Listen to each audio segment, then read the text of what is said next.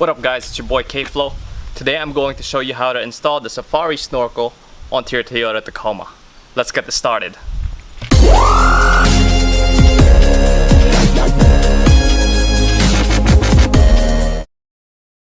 The link where you can get this snorkel will be in the description below. So the first thing we do is chock the truck and then jack her up onto jack stands. We use a 22mm socket to undo the lug nuts so we can remove the passenger side front tire. Now that we have access to the wheel well, we look for all the hardware that holds the wheel well liner onto the wheel well. These can all be undone using a Phillips head screwdriver. You might also need to remove the plastic anchors to help peel off that liner, and I use this pry tool to do so. Just a side note here guys, you really only need to have access to the inside of the wheel well. Once I had enough of the hardware removed, I had the liner hang out like this, and it was just enough room for me to do the work. Next, we take some painter's tape and tape the template onto the fender.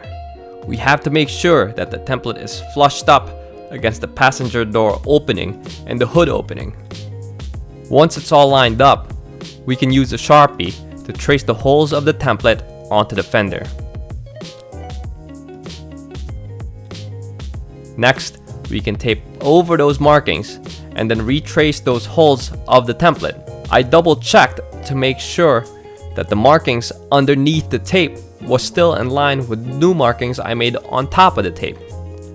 This was just my method of measuring twice and cutting once, but I know I did not mess up.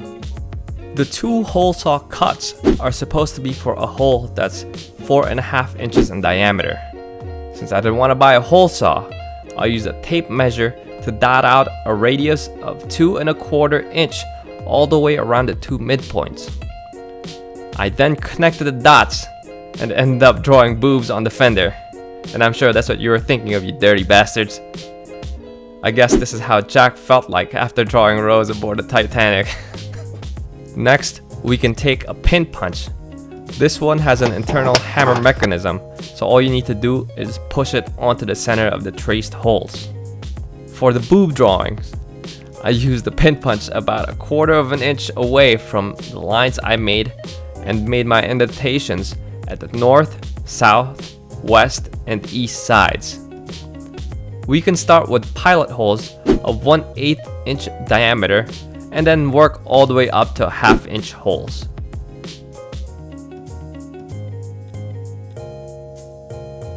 Then we can take our jigsaw and equip it with a metal cutting blade and carefully work that around the drawing of the hole, using the drilled holes as a way to recenter and take breaks in between the cutting.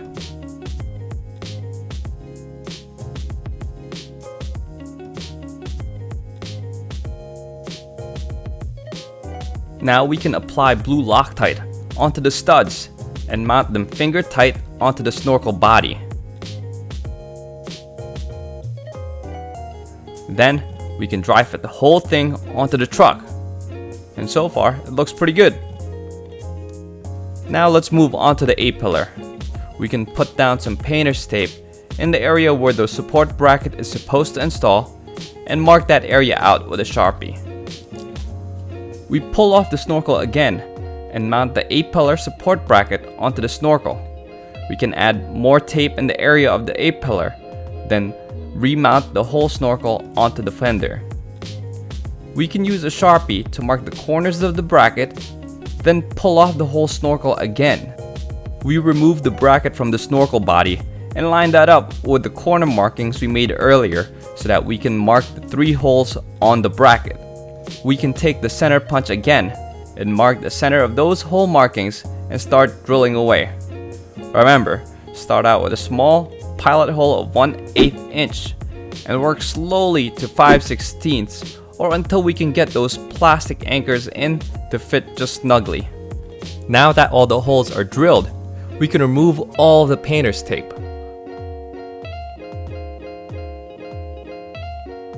We can take our hand files and file down the burrs in all of those holes. Take your time with this process and make sure all of those holes are smooth. We can now use a multi-surface Windex to clean all of those surfaces, and then use isopropyl alcohol to do a final cleaning of all the holes' edges. Here's what the final drilled and cut holes look like. I use this touch paint and primer to coat all of those exposed metal edges so that it doesn't rust in the future.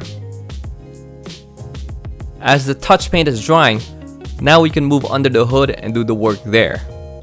We start by undoing the hose clamp on the airbox side and opening the airbox. We use a 12mm socket to undo the 2 bolts holding the intake against the subframe. We should then be able to pull off that whole intake assembly as well as the intake filter. This is what the intake assembly looks like once it's fully pulled off. There are 2 holes on the airbox side that needs to be plugged, and 3 holes on the wheel well side that also needs to be plugged. We use 220 grit sandpaper to prep the surfaces of those holes and then clean up the surfaces with isopropyl alcohol. We can use this water weld epoxy to plug those holes. When we open up the package, it looks like this. We start by cutting out a small slab with a pair of scissors and then mash them together like Play-Doh, making sure that we mix it and fold it until the color is one single uniform color. Once it's ready, we stick it on and plug the holes. This epoxy takes about 25 minutes to harden, and it does take about an hour for the epoxy itself to fully cure. Now we can remove the foam around the intake. We can use an angle grinder with a cutting disc to remove that tip of the intake. This is so that the coupler fits over that portion of the intake. Next, we can use sanding flaps onto the angle grinder to just clean up some of the burrs around that cut. Make sure you check out my website, guys, www.kflow-script.com. Now we can mount the coupling in the wheel well. Start with the round side of the coupling and insert it through the round hole at the subframe. The round portion of the rubber coupling should fit over the intake just like this. There is a flat side on both ends that do need to line up when they're mated together.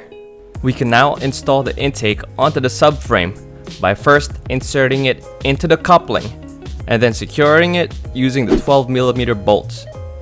We can also reinstall the air filter and tighten that with 10mm hose clamp. Now that the paint has dried, we can go back onto the A-pillar and install the plastic anchors so we can mount the bracket using the Phillips head screws. We can go back to the rubber coupler and place the hose clamp over the fender side of the coupler. We can take our snorkel body and mount that coupler before we even try lining up the holes of the fender to the studs of the snorkel. The coupler should mount like this onto the snorkel body. Once it's mounted, we can fully seat the studs into the mounting holes. Each of the 6 studs are secured with a flat washer and a lock nut. I used a swiveling ratcheting wrench to tighten these down since that gap in between the fender and the subframe is really tight. This is what the hardware looks like once it's fully seated under the fender. Tighten down those hose clamp with a 7mm socket for both the wheel well side and the fender side. We can also mount the snorkel onto the A-pillar bracket. Tighten these bolts using a 10mm socket. Now we can install the snorkel head. Line up the seams on the 2 plastic sections and secure it with the provided hose clamp using an 8mm socket. We can now reinstall the wheel well liner, reinstall the wheel, and jack down the truck. Remember, the lugs need to be tightened down to 85 foot-pounds. Here's what the final installed snorkel looks like. This thing is beastly.